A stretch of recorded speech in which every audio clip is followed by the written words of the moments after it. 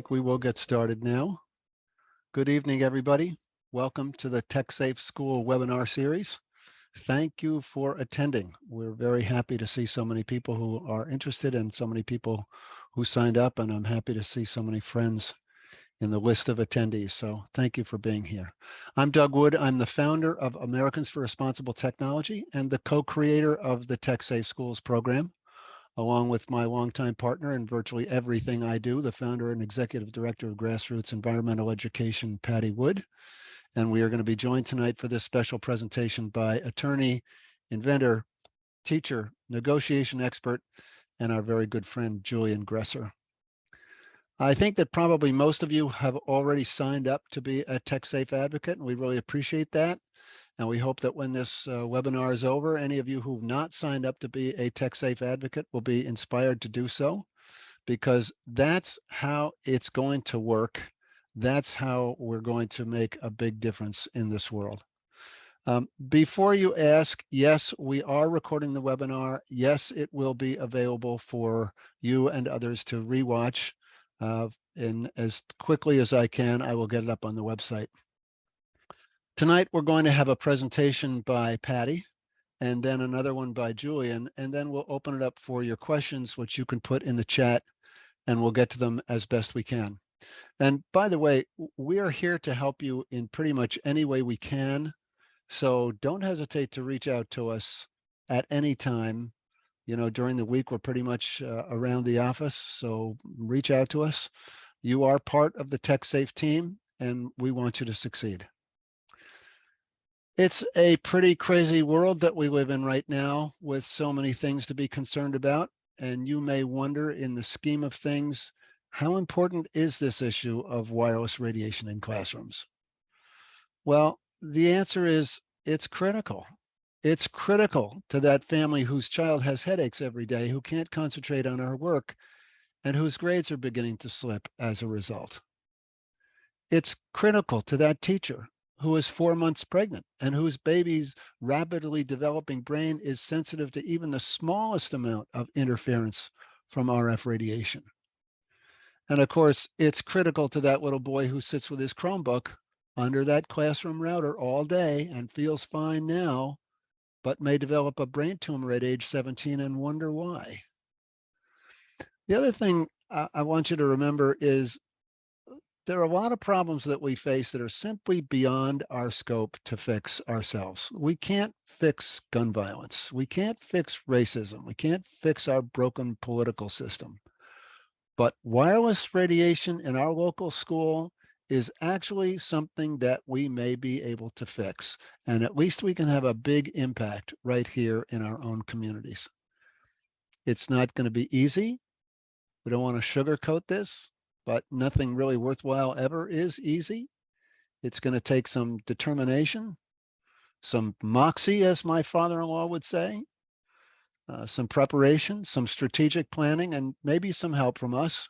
But we believe that you can do it. And we're here to give you some information that will help you bring about change in our schools when it comes to this runaway wireless crusade being foisted on us by an industry with a rapacious appetite for profit and a tendency to look the other way whenever the focus turns to science. Because the TechSafe School is a science-based program. You can read a lot of the science on the TechSafe School's website. These are strong, peer-reviewed studies published in major medical journals. The industry, and for that matter, the FCC and the FDA, like to say that the studies are limited, or they're faulty, or they're poorly designed, or that the data was incorrectly interpreted. Even when their own study showed that exposure increased the risk of cancer, they disagreed with it. That's our FDA at work, doing everything they can to protect not necessarily the public health, but certainly the wireless industry. Okay, that's enough. I can hear Patty. Enough politics from me. Tonight, we want to talk about breaking the ice, how to get through to your local school administrators or school board members and get them thinking about RF radiation in classrooms, about the fact that the US standards for exposure are among the most lax in the world, that they haven't been updated for the past 26 years, that there's been no pre-market testing of these devices or networks, that the standards for kids are based on a 200-pound man, about whether we should be taking any chances with our kids when much, much safer alternatives are available. These are the questions we need to ask them in a gentle and respectful way. And here to tell us a bit more about how she manages to talk people into things is the founder of Grassroots, the co-creator of Tech Safe Schools, the visiting scholar at Adelphi University who I've seen lecture for hours with no notes or slides, who's been a lifelong advocate for the health and well-being of children everywhere, my friend and partner, Patty Wood. Do you want me to throw up the slides? I can do that.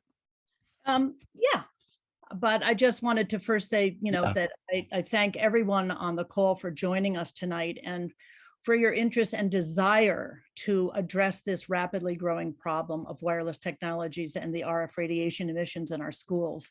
As Doug said, this is a really big problem.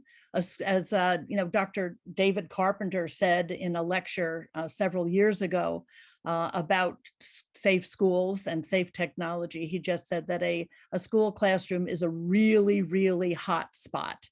And he's absolutely right. But I'd like to get started just by talking a little bit about our children, because I think it's important to just reinforce why we are doing this. So our children are really uniquely vulnerable to all kinds of toxic environmental exposures, including radiation, due to their rapidly developing bodies and their immature systems. The brain begins to develop at 3 weeks of gestation, and it continues at least through adolescence and arguably throughout our entire lifespan. Young children have thinner skulls, which are less protective, and smaller heads, so the radiation can reach deeper into their brains. They also can absorb up to 10 times the amount of radiation in the bone marrow of their skulls than an adult.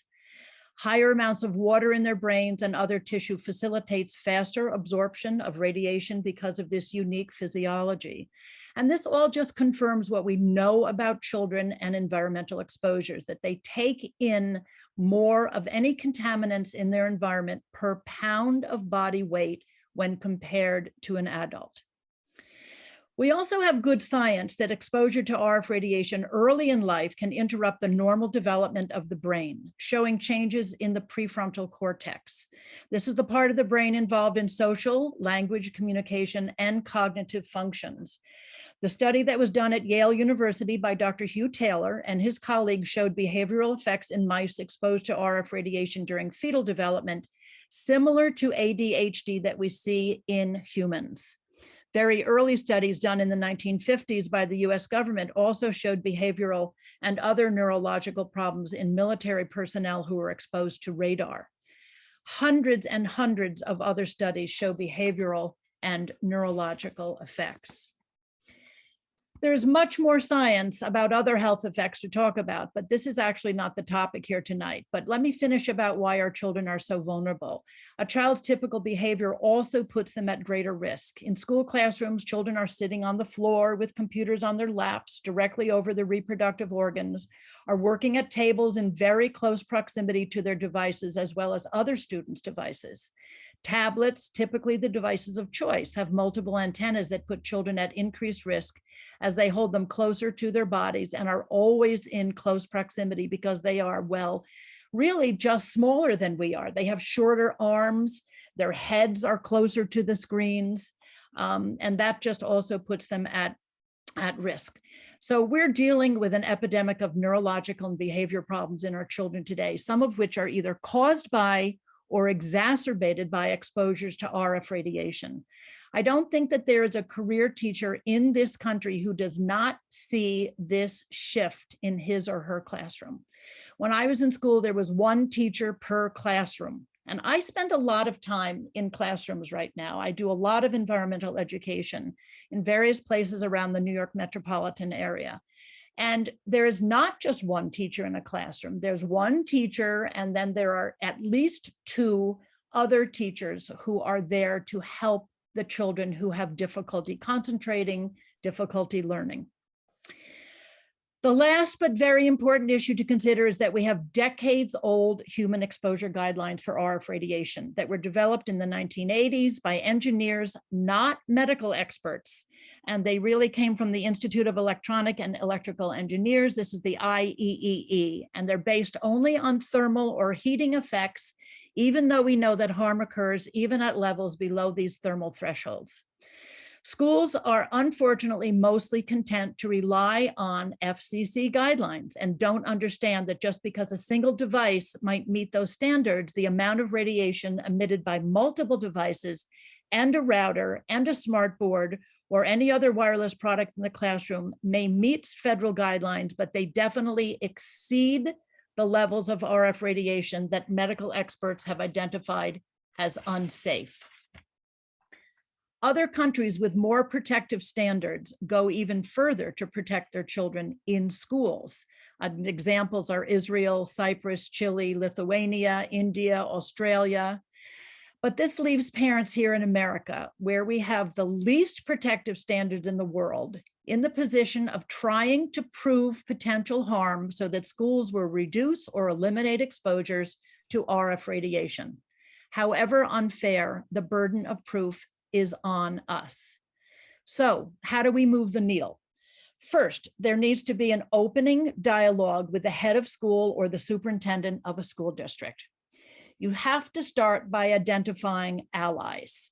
It is always better to meet with an administrator or decision maker with a team, even a small team. It could just be a team of 2 or even 3 people.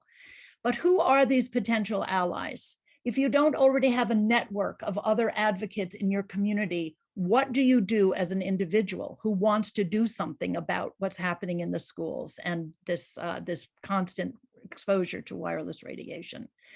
What you do is you look for maybe local doctors, especially pediatricians, sports coaches, PTA officers, local officials, your town mayor maybe. You read the local papers' op-ed columns and letters to the editor.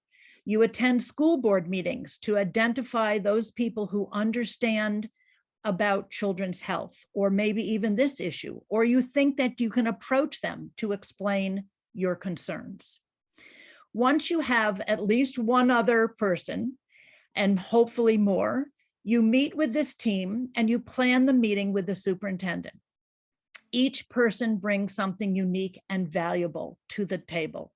It could be their professional experience with children, their leadership roles in the community, their role as a parent, very important. Decide on an agenda and who will speak on each point that you want to make. So now you have got yourself together, you're all feeling pretty empowered. So now you request the meeting, and getting past that gatekeeper is the first thing you have to do. So first you ask for their help, and you say up front how much you appreciate them facilitating this important meeting with the superintendent. You will probably be asked what the meeting is about, and you can say that it is an emerging health issue related to the technology being used in the classrooms. There's no one way to get past the gatekeeper. Some people have used the point that they are taxpayers in the community, or parents who participate in school activities or community fundraising for the school. It's just an opportunity for you to get in there and make a personal appeal to this gatekeeper. Nevertheless, it is always the superintendent who makes the decision, and so you want to talk to the superintendent. You stick with that request. Don't get pushed off onto meeting with someone else. You need to meet with the superintendent. So then you get your meeting, and what do? First, you thank the superintendent for taking the time for this meeting. It's always important, and we have learned this over the years, whether you're working with a politician or you're working with a decision maker, to actually make them feel that this is their issue and that they're the ones who have done it. You massage their egos and it really works. Even if you take a back seat, you never get credit for it, it's okay. You just want to get the job done. So you thank the superintendent for taking the time for the meeting and for whatever they have done to protect the health and safety of students in their district. Maybe they just got through an asbestos abatement program. Maybe they put a new fence up so that, kids in a first grade classroom couldn't, be at risk for, a sports field right next to that. Whatever it is that the school district has done and that the superintendent is responsible for the school district doing, you want to thank him for that. Then you make your presentation, and you might actually use quotes from the art treasure chest, which actually reinforces what you're saying. For instance, here's what the AAP says about current exposure limits, or here's what the National Cancer Society has said about the recent NIH study.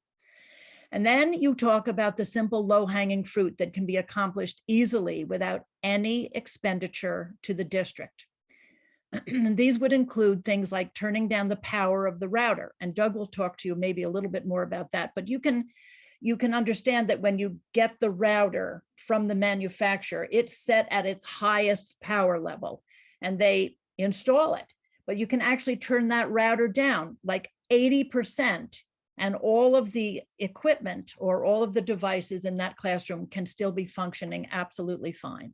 So that's one thing, turning down the power of the router, moving it to just above the door, which is always kept clear for egress due to fire or emergency. You can provide a storage area for cell phones. This is in the older grades when every kid has a cell phone on them. They usually have them at their desks and check them, constantly. It's a major distraction besides being a major source of radiation. But some schools actually have policies where the kids have to either keep their cell phones in a locker or they have to deposit it in an area of the classroom where they have set aside for these phones so that they don't have them at their desks. Or at the very least, they can post a best practices sign in each classroom.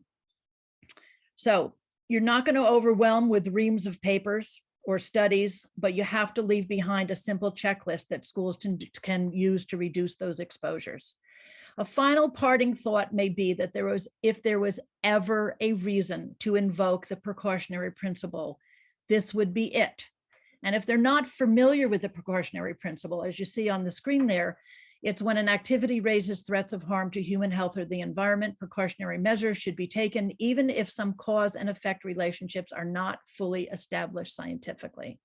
So this shifts the responsibility also for providing evidence to the proponents of an activity.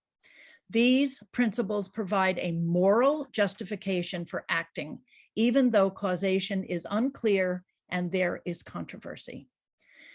A representative from ART, or Americans for Responsible Technology, is always happy to attend your meeting on Zoom or conference call to support your efforts. If it winds up that you are the only advocate in the room, we are happy to be there with you. And then you want to make sure that you send a follow-up email. You want to thank the superintendent for the meeting. And as a reminder, send them a link to the TechSafe School website. Also a follow-up letter. You can thank them for the meeting, tell them how much you appreciate their consideration, or maybe even an agreement that they made in the meeting to take the simple step of posting the best practices in every classroom in the district.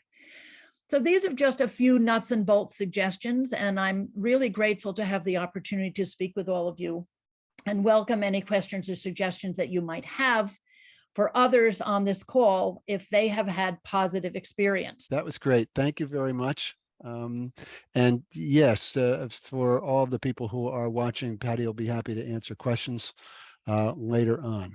So now it's my very great pleasure to introduce you to the man behind the legal portion of the TechSafe School project, which is really how this whole program began, with the school's legal responsibility to provide a safe learning environment for students as well as teachers and staff.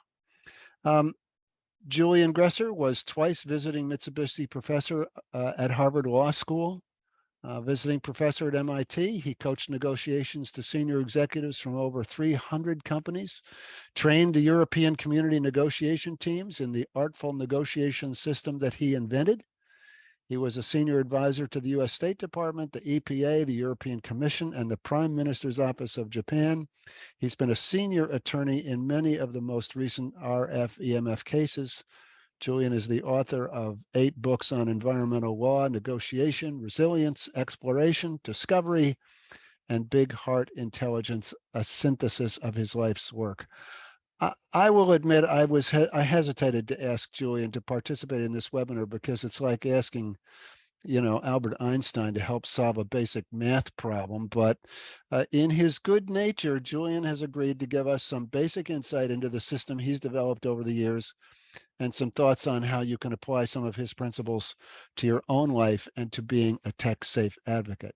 So, Julian, the floor is yours. Thank you so much for being here. Well, thank you very much, Doug, for the introduction, and Patty for that really wonderful explanation. And I'm really happy to be here and hope that we will be able not only to give the audience some concrete and useful ideas and suggestions, but in the Q&A period to really kind of get into some of the nitty gritty, to give you an experience of what we have in mind. So I think that ART has its new forum on delivering safe learning environments for school children is indeed a noble mission. And I think it's quite wonderful that they've created a collaborative whereby every advocate can join teams and build alliances. And I really was struck by Patty's examples, because whether she uses the word negotiation or not, these are really important wisdom tips based on practical experience. And one of the principles I want to offer you is a way to think about what Patty said in terms of success factors that you can begin to label and understand, so that if they work, you can rapidly help others understand and how to apply these skills. So we're talking about a system of negotiation, and that's where we'll begin. So I have to begin to set a framework here with a few questions. And the first is for you all to think pretty deeply about how aware you are about the relationship of how tightly coupled advocacy and negotiation are. I'd ask you to begin to reflect upon your definition of a negotiation. I mean, what is a negotiation? When you get, what is so wonderful about the program that Patty and Doug have developed is your task as an advocate is very, very clear and precise. You, as Patty suggested, she uses the term gatekeeper in what I'm going to be describing, we call them blockers, but there's an art to moving around and through the blockers to get to the key decision makers. These can be principals, these can be boards, they could be a headmaster. There could be some, what we call shadow people who are influencing a effective decision not to introduce some of the really simple life-protecting ideas that Doug and Patty have developed, but are blocking it. So the key question to begin to ask yourself is, what is your idea of a negotiation? Are you in a negotiation as an advocate? And then what is your system? Patty was offering you the elements of a system. I will begin to expand on it so that you'll be able to see and encode the best practices that Doug and Patty have developed. Okay, so what am I talking about as a negotiation system, which I'm asking you to consider? I'll give you, let's say, 35, 40 years of work in about 2 minutes, in a nutshell. So the art of what I call resilient negotiation, and is Ben Levy with us so that he could pull up the 5 rings? Yes, I'll do it right now. Yeah, thank you. This is a diagram that I created that will help you see, based on the system that you'll be developing, I hope, where you are in any negotiation. If you've done something well, how you can understand exactly where it is, what is the best next move, if you've fallen off, how to quickly correct and recover. So the essence of negotiation is, as it says here in ring 1, is first, since you're a pilot, to understand where you're heading. What is it you really want?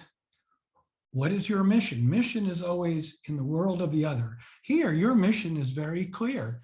The hierarchical mission is to help deliver safe learning environments for children. Your mission is quite specific, as Patty said. There are blockers, gatekeepers. She offered you an interesting behavioral skill. She suggests on her experience, you catch more flies with honey than with vinegar, as Benjamin Franklin said. So you have to figure out a way to get behind the blocker. You get to the key decision maker, and then you figure out why they will embrace what you're talking about. There's one essential concept that you must understand, which is why will they embrace the Tech Safe School program? And my answer is they will embrace it if they can see that this will help to realize their vision, what really matters most to them, or what they fear. And we call that, with one word, pain. You must find the pain point. Now, there's a key process. You don't just sort of rush through the gate and present. And in fact, in this case, in many situations, Patty and Doug are prepared to do the presentation part of these 5 rings for you. Your mission is to prepare the way.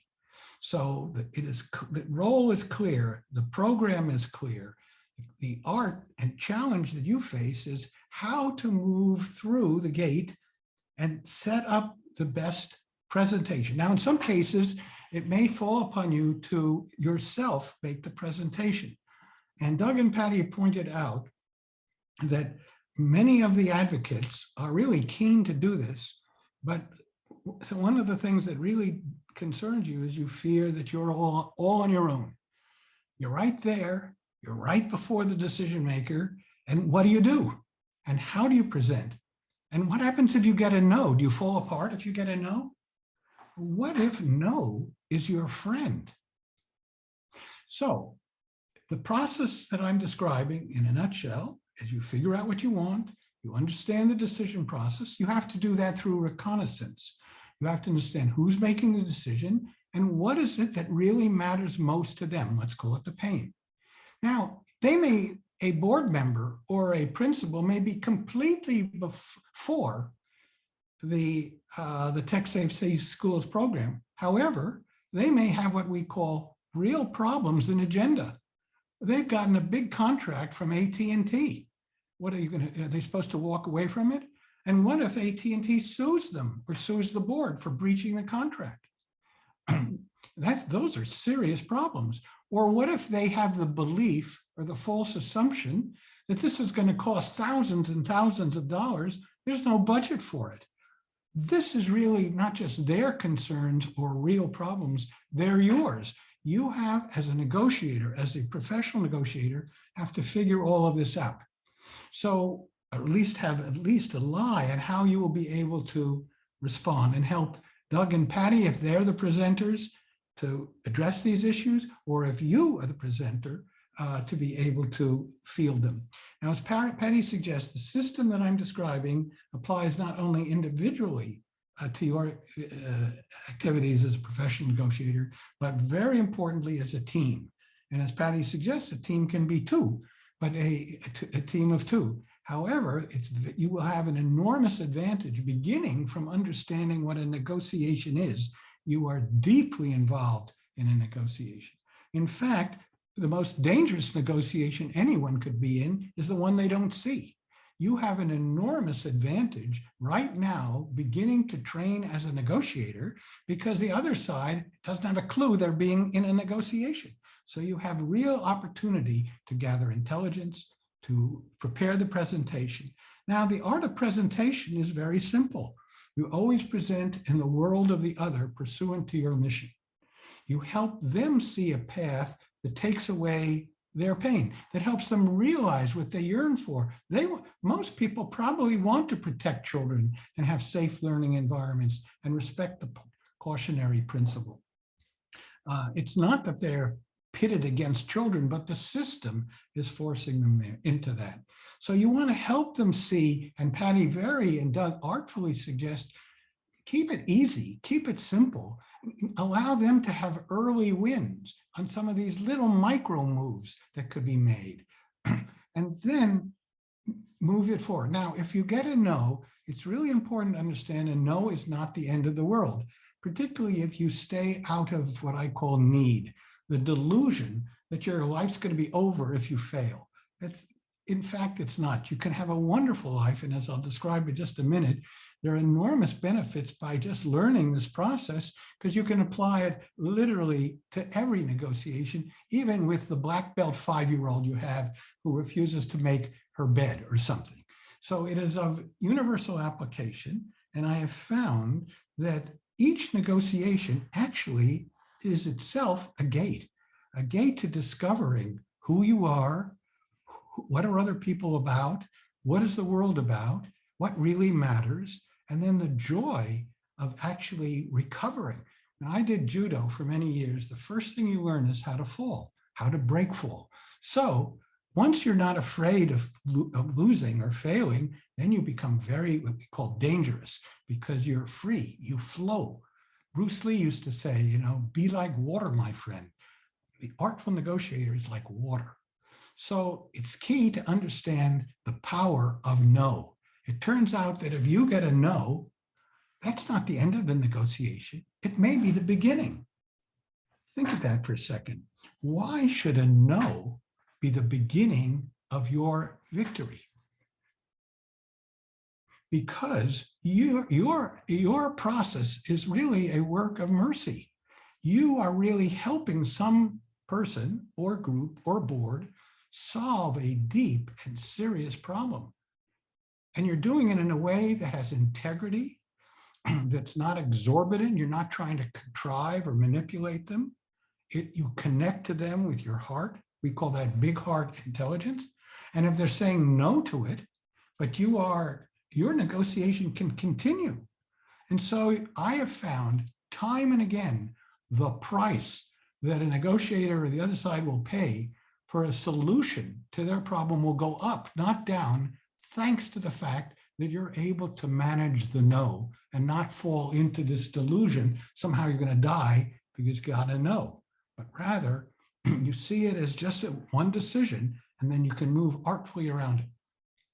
The last part of the 5 rings, as you can see, is a negotiation is a flow. It continues, and no is one of the leverage points. So you will learn enormous amounts from these interactions, and then you can share them with your team and through the larger collaborative, and we all learn together. So really that's the overview of the system that I'm suggesting that you begin to think about. A key element, I might say, is trainability. Now, it's a little bit of a crude word, but it means the ability to turn and learn in a second. You make a mistake, you have a framework, you know where the best next move is, and you instantly correct. And it's that ability to turn things around, which is really the essence of resilience, to take an error and turn it into an advantage. That is true agility. And you can learn these fundamental behavioral skills exactly through the program that Doug and Patty are proposing. So to conclude, you're not alone. As you develop these skills, you will begin to discover your power in a good sense. I have a colleague at Harvard Business School, Julie Batilan, wonderful, that's just written a book called Power for All. And she makes the point that power is a misunderstood idea. Most people associate power with manipulating and bullying people, but she describes this as a whole new way, a whole new understanding that power is about connecting to your life force, to your heart energy. So you will begin to understand that you're not alone, that you have teammates, that you have a collaborative, that you have a best system based on empirical best practices. And there's no more fun that I know than the thrill of being in the game, because what you're really doing is you're engaging with life. And that is precious and invaluable. You are alive. And so this opportunity that Doug and Patty are offering you is an opportunity, of course, to protect children in schools, to deliver and help people make wise decisions for safe learning environments. And you will acquire skills that you'll be able to use universally. But in addition, every negotiation is a window on life.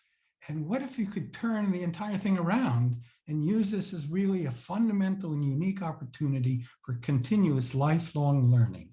So I'd like to stop here and suggest that we actually get into the meat of some of the questions you have and concerns that you have. And we can even do a little play acting based on what Patty has developed and I've developed. So you begin to get a sense of really the texture of these fascinating encounters that you're just about to enter into. So thanks very much for listening. And I guess we have almost an hour, isn't that right? Yeah, almost. Thank you, Julian. That was really great, inspiring stuff. You guys are both terrific presentations. Thank you so much. We did have a question, and Julian, I think this is going to go to you because it's somewhat of a legal authority question. Mary Bloomer was talking about towers that are on the school grounds, and she's tried to take her meter there, but it has pinned the meter. I mean, it's a very high level of exposure. Who has the authority over that tower on a school ground? I know that in most states, schools are autonomous. They get to do what they want. But is this a case where the local authority has some control? I mean, where can she go to, to make her concerns known? Well, the fundamental first question is it a public school or is it a private school? Because if it's a public school, she says, I'm watching the chat. She said the cell panels are on a city water tower. On a city water tower. They're public schools. So it's a public school. Well, in terms of the public schools, there's several avenues here. First of all, you have to look to see whether that tower has been permitted. And so that would go to the city, Department of Planning, make sure all the permits are there. The second is the Department of Education. And the third would be the Department of Health. So you'd have to kind of work that process to see who is the key decision maker there to essentially give you what you want. I guess the concern here is that tower. You're saying it's near a playground? Yeah. Yeah. Well, the action that you want is for them to obviously move the tower. If your child has some sort of disability, doesn't have to be necessarily from EHS, it's, hypersensitivity. If your child has diabetes or has emotional issues or has some other illness, there's very good evidence that will be exacerbated, and you may have what's called a claim under the Americans for Disabilities Act. So you have to kind of map out, as they say, I've given you the centers of authority. You have to do ring 2 reconnaissance to understand who actually can make the decision, or maybe more than one person, and what is the process that you have to go through for a public school to get a enlightened decision made. And we can help you in that. Now, if it's on a private school, I was just going to ask, why did you ask if it was public or private? Does that make a difference? Well, it doesn't matter, because the private school, and we have several cases, one in a diocese in San Jose, and in near New Orleans, another case. And there is a massive macro tower right in the playground. And kids are reporting these kinds of terrible symptoms, including one child has had several grand mal seizures. And one of the parents is a cardiologist and understands exactly what's going on. And there it's very clear. There's a sequence. The first is the parents have to organize, not every parent, but you have to get, as Patty was saying, allies. So the parents have to come together. They have to enlist the nurse, because there's no doctor there, the nurse, so she at least doesn't become a blocker, gatekeeper. She concedes that the doctor actually knows something and she's a parent. And then an effective presentation has to be made to the board. Now, the board has to do two things. One, get on board. There's several pediatricians in this case who are not necessarily sympathetic, but they're uninformed. They're uninformed about the dangers, and they're uninformed about the law. Now, there are clear legal principles. Patty mentioned the principle of precaution. The other is the question of whether a board member in a private school has a fiduciary obligation, an obligation of trust and care to the parents and to the students. In the legal memorandum that we prepared for Doug and Patty, it seems to us fairly strong. I'm not saying there's no counter argument. There is a case that was kind of equivocal on this in Massachusetts. However, it seems to be almost common sense that these children are put in their charge and trust. And the first duty of a fiduciary is to know what's going on, to inform themselves on the law and on the science. And I think Doug and Patty have done a wonderful job on that. So that is to get the board sympathetic to your case.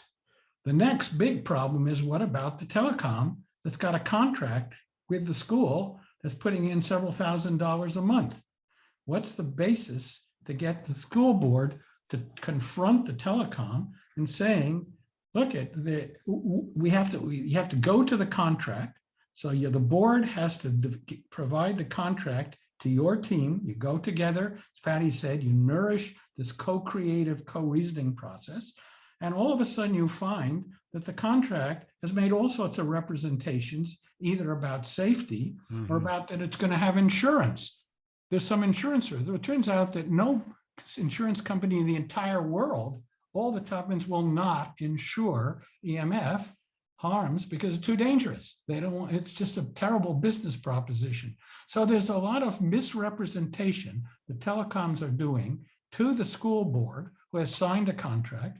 And the art of your negotiation is to help the board understand that there's a natural alliance between the parents and the board to stand up to the telecoms. And I think if this is done effectively, you will see that the telecoms will, the optics of this are terrible for the telecoms, that they will at least renegotiate the contract, maybe move the damn tower into a place that's safer. Yeah. Okay, so that's good. Beth Smith asks, do you have any advice for how to respond when a school tells you that converting to wired connections will be A, a huge and insurmountable expense, and B, not logistically feasible since every student in every class needs to use iPads, Chromebooks throughout the day? I'm going to actually handle this myself because I anticipated this question and I wanted to make sure that everybody here knew a few things that are kind of part of the Tech Safe School. First of all, we have a page, a whole section on mitigation, things that the school can do. They don't necessarily have to jump from where they are to a completely hardwired system. There are lots of intermediate steps that they can take. Patty mentioned the best practices.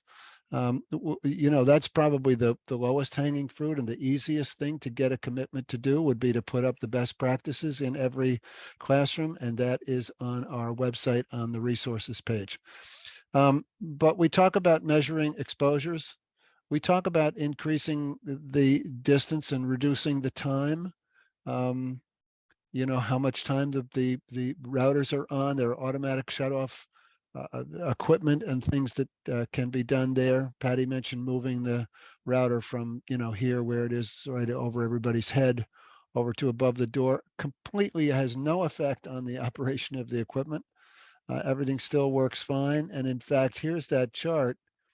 And I don't know if you can see this, but this is a 94% reduction in the amount of power that the routers were putting out in this particular school. This is an actual school that was measured to see what the output was. As Patty said, when they come out, the routers come out of the box, they're set for 11. And the tech people just put them up because there's no problem, right? There's no problem with wireless radiation, so they don't care how much power is coming out. They put them up, turn them on, and everything works. But we've had people tell us that even when the power is turned down significantly, sometimes the equipment actually works better. It's easier for the kids to connect and so on. And then, of course, we do the ultimate hope here is that schools will hardwire. It's perfectly possible. Every Chromebook has an adapter available for it that can plug into Ethernet, and the entire problem goes away. Now, I understand that some kids have gotten used to wandering around the classroom with their Chromebooks, but that doesn't seem like an insurmountable thing to do if it's the health and safety of our kids. But again, I just wanted to say that there are intermediate steps here.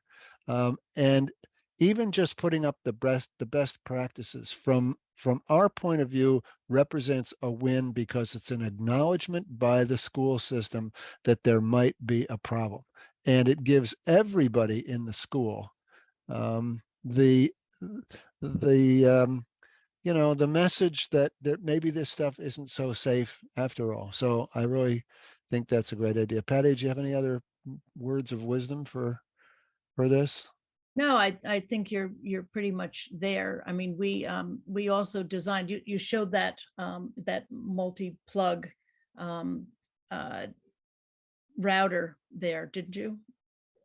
I can't remember what, yeah. Okay, so we've also created something called the Spider. I don't think you have a picture of it on here, but it has 8 inputs. It comes down from the ceiling. It sits on the desk. It's weighted so that it can't move around. And we're just working on, whether it's going to come out of the ceiling or whether it's going to have to be, on the floor. The cables are going to have to be in the floor. Admittedly, there are problems with wires in classrooms. And this is one of the big pushbacks that we get, is that, wireless is just so easy. Nobody's tripping on wires, and, we don't have to have, 16 desks in the classroom, in the center, and then 16, desks around the perimeter of the classroom, so the kids can plug in and work on their computers. There are issues with all of this, but they're, as Doug said, they're not insurmountable. It's, I think that the best practices is a wonderful place to start, because people are going to look at it, even parents coming into the classroom, and say, "Well, I wonder why this is up on the wall here." And they're going to look at all these different things, about turning your computer on, on airplane mode, or turning it off when you don't need it, and so on and so on. I'm not holding it on your lap. Why shouldn't my kids hold their computers on their lap? They do that all the time. They sit on the sofa with their wireless computer on their lap. Why shouldn't they do that? So it creates an awareness, and it makes people question. And this is what it's all about. It's all about education. Julian, yeah. Just 2 comments. One is, it's important, I think, for the audience to begin to understand that the challenges that they're facing as advocates on behalf of tech-safe schools are part of a much larger enterprise that the wireless companies, in league with the government, are foisting upon the public. And I have a name for this, which I call the shadow game. And the shadow game, the art of intention of this is to basically weaken the populace, to advance a profit dominated agenda of these companies, in which they've enlisted the compliant support of the government agencies. So what is one of the most basic moves of the shadow game? And this highlights the importance of developing behavioral skills, because a lot of these issues we're looking at are strongly influenced by your emotions and by your behavior. So in the shadow game, as I say, the intention of it is to disable you, weaken you, make you more compliant, give you a sense that of being defenseless, defeated, and burned out. And where do I begin by doing that if I'm a shadow player? What is one of the most powerful moves that they use? It is called assumptions. I attack the mind with false assumptions. So if you're being told X, Y, and Z, what Patty is suggesting and Doug are suggesting, go to the facts. The instant antidote to a claim is to try to get the data. And what Patty and Doug are offering is real data for you to be able to form your own decision. We are in the process now of putting together a huge series of alliances in Los Angeles County, because there is a rush now to strip away discretion and allow these companies willy-nilly, without notice, without public hearing, to install these towers and even take property. And there are 6 assumptions, there's 6 premises on which the Board of Supervisors in LA County, which have bought hook, line, and sinker. The first is, this is wireless everywhere is going to solve the digital divide. Turns out it's just the opposite. Second of all, it's safe. It turns out it's unsafe. Third is it's energy efficient. It's completely the opposite. It's energy consumptive. Fourth is that in fires and earthquakes, which Los Angeles is highly primed to, so-called wireless resilience hubs are going to help save lives. It's just the opposite. And this is based on the top experts in the country. And finally, it's climate change friendly. Well, it's exactly the opposite. And so I know this sounds terribly cynical, but what you can do about it is very simple and artful. All it is to develop the skill, the behavioral negotiating skill of no assumptions, no expectations, completely blank slate.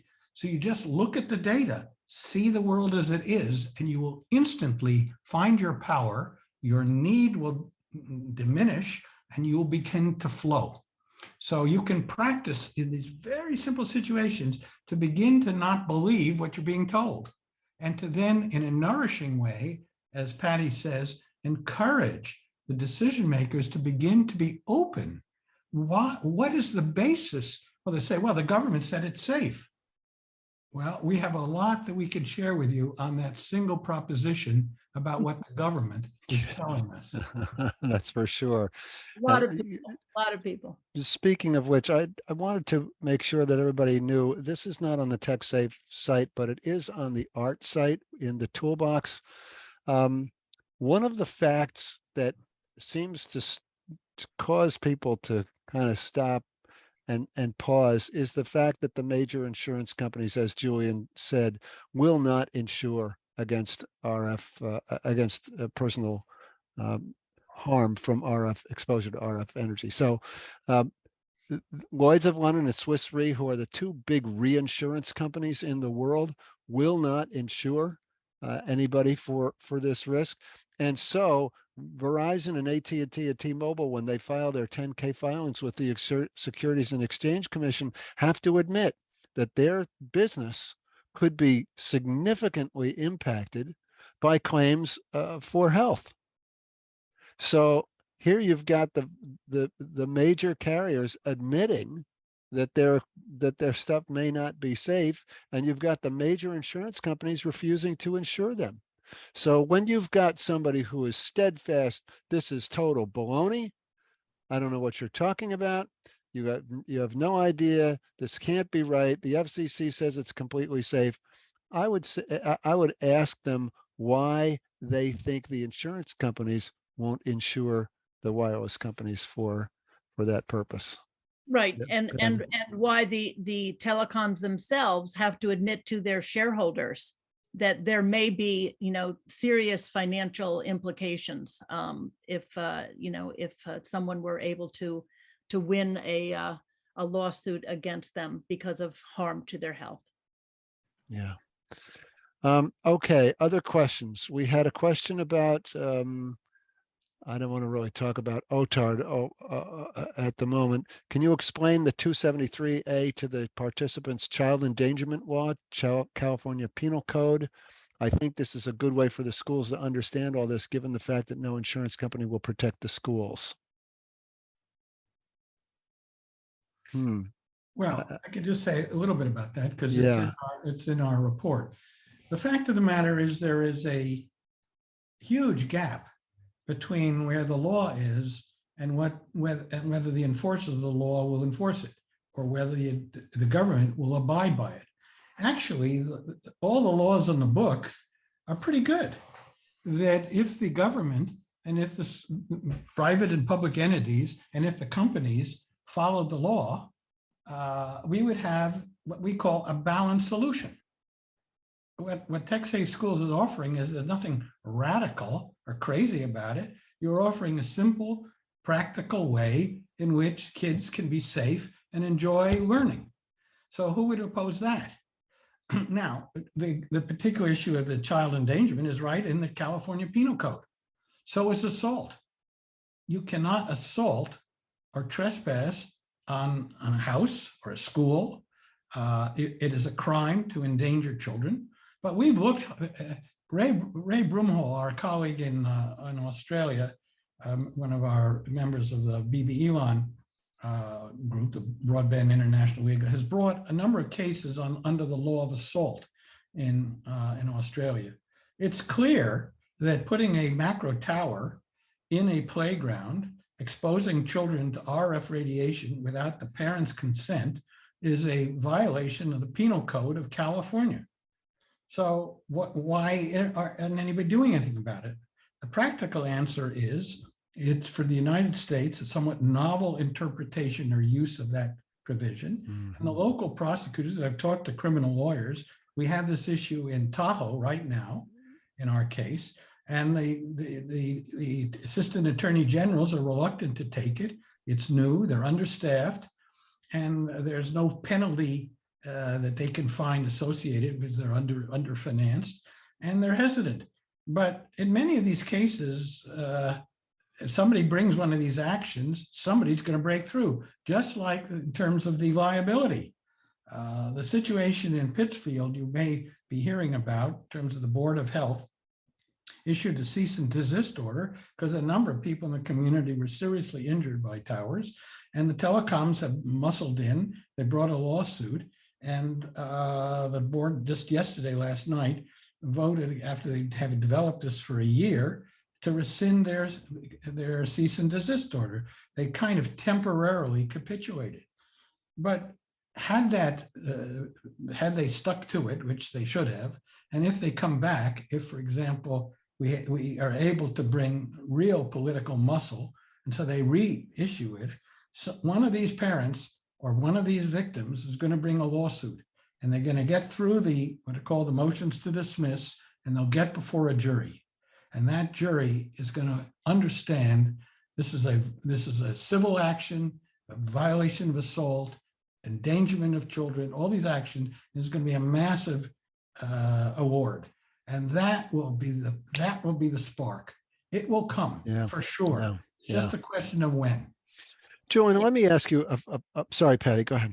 I was just going to say, not to put the pressure on Pittsfield, but that's big. I mean, it's a really, really, really big and important case that the Board of Health actually came out and did that. It's the first time that we've seen that in the US, and it's we've got to prevail with this one. Yeah, and that's why we gave them that leadership award, which we're going to present next month. Julian, I want to ask you about, there's a feeling among, maybe it's just non-lawyers, that once you advise somebody of the facts, it puts them in a different position than they were before you presented them with the facts. In other words, once, and don't forget, with the TechSafe School Advocates, we're sending this letter, this very clear legal letter, and the cover letter to them. So they've already gotten this kind of legal warning, can we even call it? How would you recommend that the advocates address that? Should they not mention it? Should they mention it? Is it worth scaring the administration that they might get sued, or is that better left alone? What do you think about that? Well, that's very interesting. And that goes to the advocates' read of the character of the individual decision makers. Mm-hmm. And as part of the developing this picture of pain on one side and a pathway through the pain, the artful use of the fact that they've already legally been notified gives the advocate an additional advantage. because it does have implications. As you all point out, under the precautionary principle, one word that was left out, which is important, is these are foreseeable harms.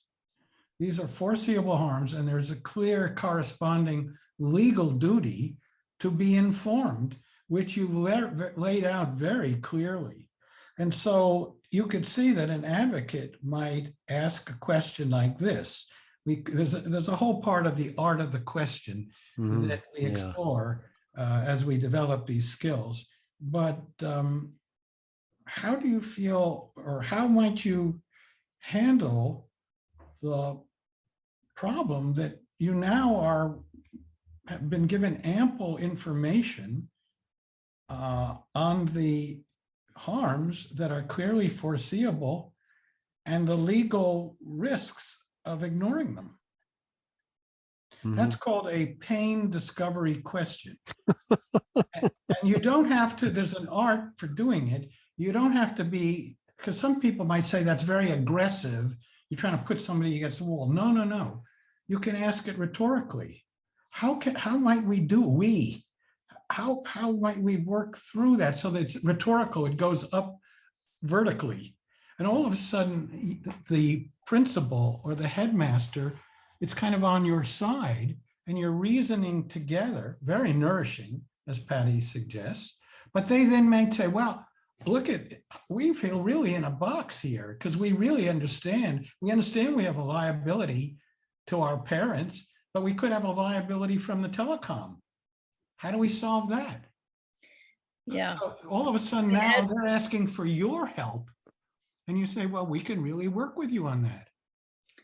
Yeah, it's an interesting situation because, of course, they feel that they are not liable because the FCC says that it's safe, right? Based on the FDA, right? And so they're not in a position of being liable because they're relying on these two federal agencies that tell them that this type of radiation is perfectly safe. Yeah, it's called in technical terms, the defense of regulatory compliance. Regulatory, we are just complying with the law, our hands are tied. But I love that. I love this idea, Julian, that you just raised that I hadn't thought about, which was, what are we going to do about this? I love that, taking the position that the tech-safe advocates and the school administrators are together in this quest to make sure that the learning environment is as safe as it can possibly be. Right. And, if you can maneuver the conversation to that point where you can say, look, John, what are we going to do about this? I mean, we've got a clear, blah, blah, blah, blah. I think that's brilliant. Just to mention, there is on the horizon technology. Because a lot of this turns on metrics. The fact that there is nobody, beginning with the government, measuring continuously, cumulatively, the level of the map of exposure of, say, a school, of the levels. Now, people are relying on the devices that get off the internet and these are often one-shot shots. But what if there were a system, a web that could take a whole school, and it was very simple, affordable, and you could then monitor daily, weekly with reports, what is not only the individual, but the cumulative map of exposure. Now that is factual. And let's say it's state of the art. So you couldn't say it's sloppy or it's accurate. That then becomes a middle ground that everybody should be able to use that as a standard, including the companies. Because if you can document, measure the continuous cumulative exposure, that's very hard to then turn back and say, yeah, we're radiating these kids and it's at massive levels of exposure, but the government says it's safe. You can see how that argument, notwithstanding they have this pathetic standard, which is also going to collapse soon. Yeah. That there's just something compelling about metrics in our world, in the way we live in the United States. This plays into Sharon Noble's question. She's been asking about director's insurance and whether or not a failure to act in good faith would render that insurance not valid. I mean, all directors, of course, have insurance, and my understanding is as long as they're exercising, business judgment in accordance with in a reasonable way, they're going to be okay. But at a certain point, especially I would think if they were receiving information about high levels of radiation, um, Right. talk a little bit about that. What about this director's insurance? Are Right. they protected against Well, anything? let's distinguish from public officials who have, in addition, a kind of an immunity or a qualified immunity. Let's just look at directors. And so directors have a fiduciary responsibility to the shareholders, if it's a corporation, say, for-profit. But it's similarly apply to stakeholders. I think you can make the same argument in terms of nonprofits. And here we have a situation where the risks have been mapped out, well documented. The legal risks have been explained. And so the question is, if a director chooses to simply ignore everything and say, well, government said it, I'm off the hook. And people are children are evidently getting injured. You could really see that this is gross negligence. And you'd have to look to the policy of whether the insurer might very well say, well, you had an opportunity to at least address it and mitigate it. There's no evidence. This is so gross that we're not going to stand by the policy. Yeah. I mean, it depends on the policy. And I'm not a specialist in insurance law, but just looking at it in terms of reasonable legal thinking, if you begin with the idea of a fiduciary, and the first duty of the first fiduciary is to be informed at a most basic level, and you've laid it all out for them, and they adamantly and stubbornly refuse to be informed. Yeah. Well, that's how it would come up. Well, that certainly would be an argument for having the testing done, because as Patty has pointed out, all these every piece of equipment in this classroom is tested individually, and individually it meets the FCC. It may meet FCC limits, but when you've got 4 or 5 or 6 tablets in the middle of a desk, and you've got cell phones in that same room, and you've got routers, and what's the cumulative level? And nobody knows. And nobody's taking those measurements. There's an FCC regulation on aggregate exposure too. And as you know, we developed this with Joe Sandry, that it's not just one device. There is a rule about the cumulative effect. If you have multiple devices, all working, producing a cumulative exposure, that if together they exceed the standard, then there is a exposure for any of the individual participants that contributed to this pool.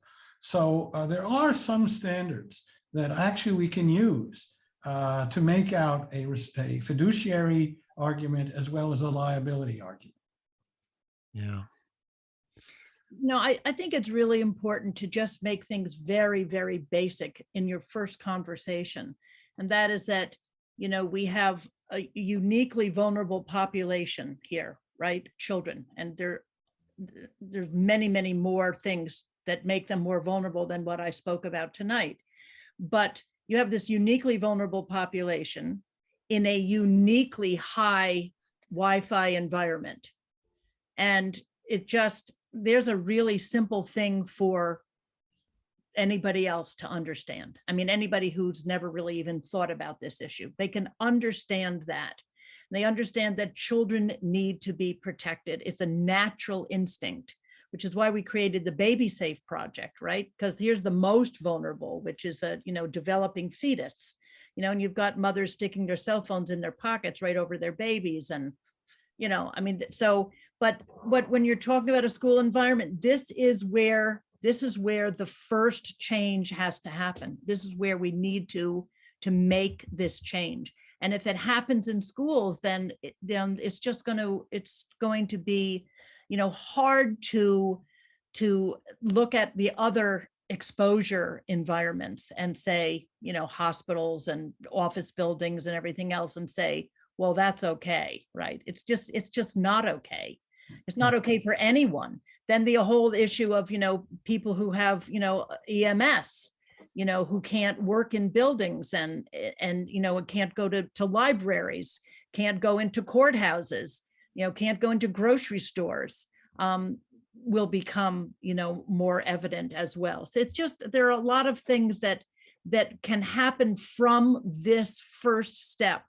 And that is, trying to make these environments where we have the most vulnerable of our population being exposed and affected. So I think, Patty, I completely agree with you. And again, we can label what you just said and what Doug has been saying. It's one thing to, the idea of simplicity of presentation and concept is key, particularly for the advocates, because for many of the advocates in the audience, and this is all new. The science is new, the challenges are new, the negotiation is new. So there are some very simple principles, vulnerable populations, and so forth. But the other part is that often people respond more to, rather than being against something, to be for something. And here again, what you and Doug have developed are some very simple actions that can be taken that actually have legal implications, because these are examples of simple things that a fiduciary, a decision maker, can do to demonstrate that they have good faith and integrity. And the interesting thing about that these simple moves, they actually have legal, political, sociological effects. It starts to move the entire dial towards something positive. It allows them to validate for themselves that they do have power. There's no FCC rule that prohibits what you were suggesting.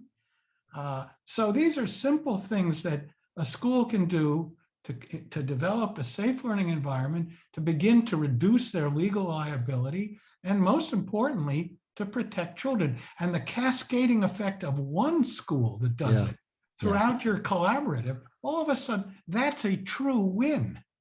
And so people love to win. And you're given them the easiest pathway to win. Patty, can you talk about, before we go, and I want to give Julian also a little bit of time to talk more about his program, but I know that you've had situations that you've been in meetings and the IT guy has been sitting there with his arms folded across his chest and just, like saying, this is, how do you disarm that kind of a person in a meeting? Well, you've always got those guys, right? And you need, and not necessarily guys, they could also be women who are in the room who are completely dismissive of everything that you're saying. For this particular issue, you really have to be careful because people love their technology. Yeah. They love their phones. They love their computers, their tablets, all their, wireless technology in their cars and in their homes and so on, right? Alexa is their best friend. And so it's, you're asking people to admit that something that they love and that they have become dependent on, and in many cases addicted to, is potentially harmful. And they need to think about what life is going to be like without it, or like what life is going to be like using it differently. Right? And that's kind of hard to do. When people are, objecting to it, it's all about the science, and from my perspective, and it's really hard when, to dismiss, 4 6-inch binders that we take with us when we go to meetings in Washington and wherever, we're meeting with lawmakers or decision makers. It's really hard for them when I pull out the first volume and we look at the index, and the index is written so that we are looking at, parotid gland tumors, brain tumors, adrenal gland tumors, thyroid tumors, cardiovascular disease, electromagnetics hypersensitivity, reproductive effects, goes on and on and on. And they look at it and then they kind of, go through, the back of it. They just kind of, They look through the studies. Yeah. Studies, and it's really hard to, to push back against that. Yeah. I mean, the science really is there. So we're not asking people to, to do something on a whim, or asking people to do something because there's some, some remote thing out there, or obscure, study or scientist out there. This is real stuff. This is happening in our own, scientific community here in the United States, the National Toxicology Program. It was, this study, it was the largest study and the most comprehensive study ever done, the one that was conducted by the National Toxicology Program. Yeah. Doug, I want to work with Patty on this for a second and respond. Sure. Yeah. It's really a good question, and I have some thoughts on it. But Patty, can you give us one brief story whereby citing science actually, should we say, turned the skeptic or neutralized the skeptic? Well, I think if we're in a room with a lot of people, and if you've got one skeptic in the room, they kind of get quiet all of a sudden and just kind of, pull back and not have any more comment after we start talking about the science, because,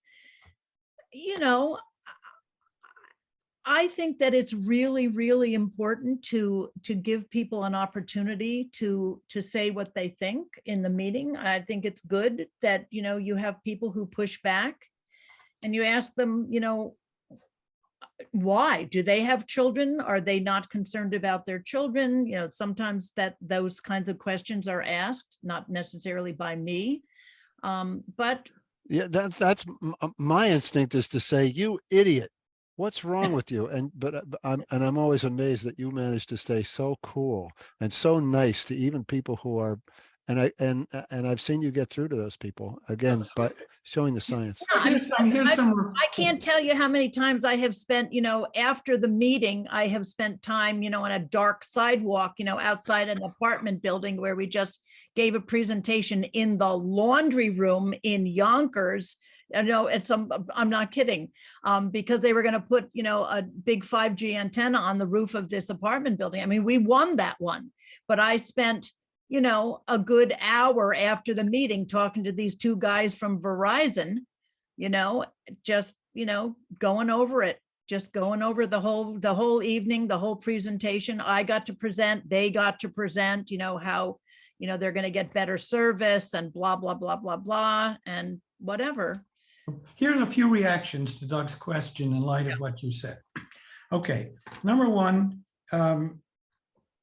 it's helpful. This is why reconnaissance is important. If you know that there is a technologist that's going to be part of the team or part of the panel or something, and that technologist is part of the school, you have to map up what is her or his role. So they understand that this is you have a negotiation anticipated for this with this person. That's step one, to do your homework in advance. And that's why you want to go into it, see it as a negotiation. I mentioned in the beginning, have a negotiation plan. Part of your plan is going to how to deal with this person, because you have to understand in terms of, let's say, the board's decision-making, how much credence is the board giving to this technologist? If they're giving a lot of credence, well, this person is a true blocker to helping that, preventing you to get, because they will be, it's like the lawyers. In many cases, they just turn it over to the lawyers. The lawyers end up being the decision maker. And part of the shadow game is to hide who's really making the decisions. So you become exhausted and desperate and needy. Okay, that's first point. So be prepared to have a negotiation. The second is understand the tactic. If the tactic is this, this idiot lady, she doesn't know what she's talking about. That's called critical parent. So critical parent is designed to make you feel desperate and a needy child. So you fall out of being, yourself, your great self. So understand that these are moves, then it takes away, number one, the sting of it, and B, makes it more, you get freer, you get looser, you begin to flow. Okay, they're doing this. So then how do you take your key point, which is based on empirical experience? You're saying that you have found, if you default to science, that moves people. If you can show 5 volumes of data, that's what you're saying. So one of the principles here is telling is rarely negotiating. If you just simply tell them, people shut down. But you might consider posing a question, or the audience might, if you run into that situation. How important is science to this decision? How important is scientific data to this? Rather than you got to see these 5 volumes and start reading tonight, you say, the key thing you want to do is to have principles based on science.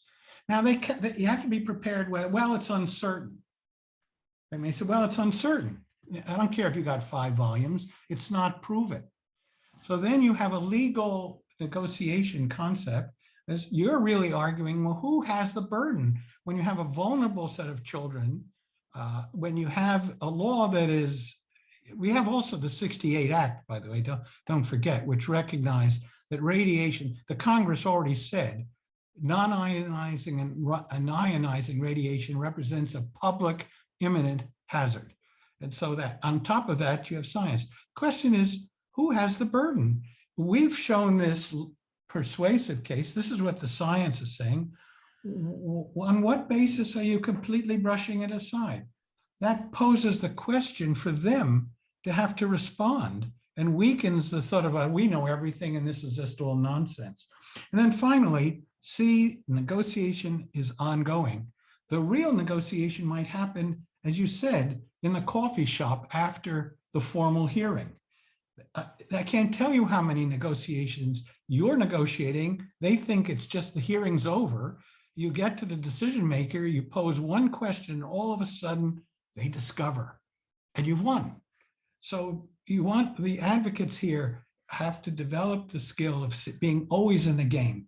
It's not exhausting, I can assure you, to be always in the game. It's fun. Okay, we are at the end of our program. Julian, did you want to talk a little bit about for people who want to know more about your technique? Well, this is a very, very well-developed, honed system. As Doug said, I've done this with hundreds and hundreds of executives, senior, middle level, and so forth, of communities, of nonprofits.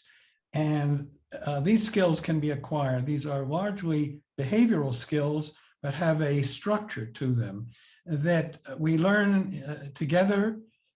We practice. There are, let's say, eight meetings, and they're interspersed throughout with continuous personalized coaching, so that we work always with your cases. Ben Levi is also very experienced in this. And we have Zoom meetings, and you may have specific questions, and it's the nitty gritty of going face to face, heart to heart with real decision makers, getting through the gatekeepers, as Patty said.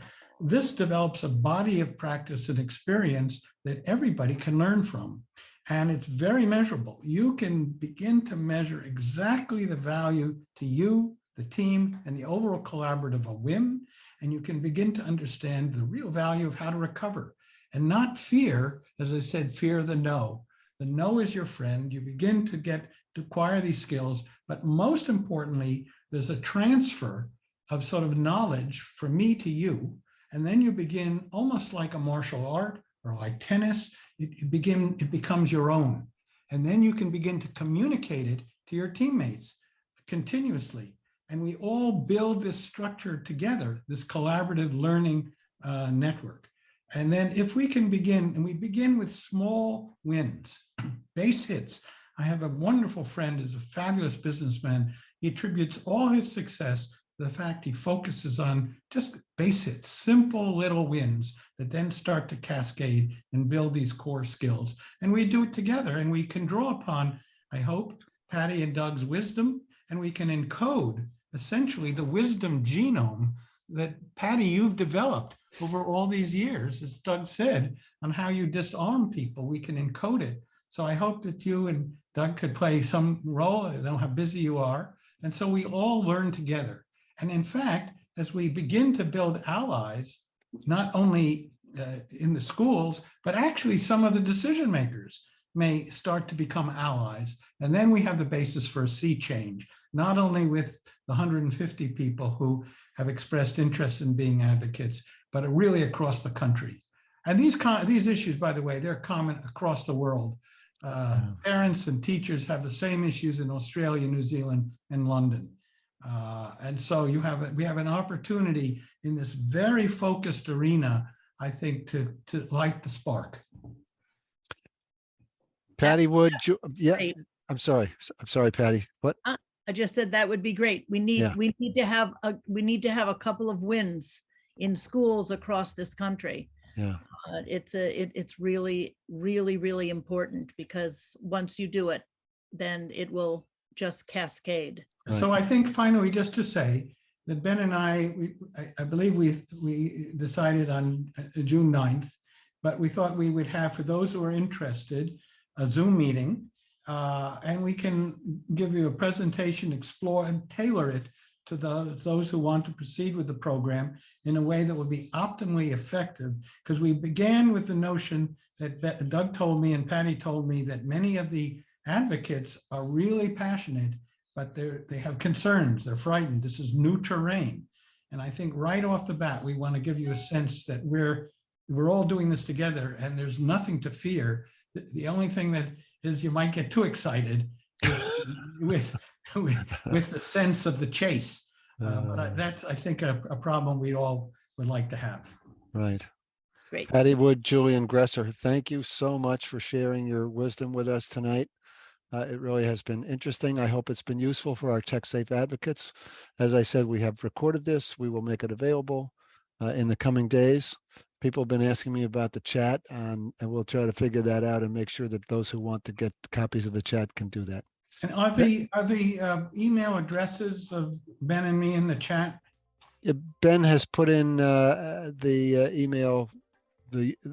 Has put in the chat the email if you want to have more information about what's coming up on June 9th. Yeah, great. So, okay. Thank you everybody for being here. We really appreciate your support. We look forward to seeing you at a future TechSafe Schools seminar. And for now, good night.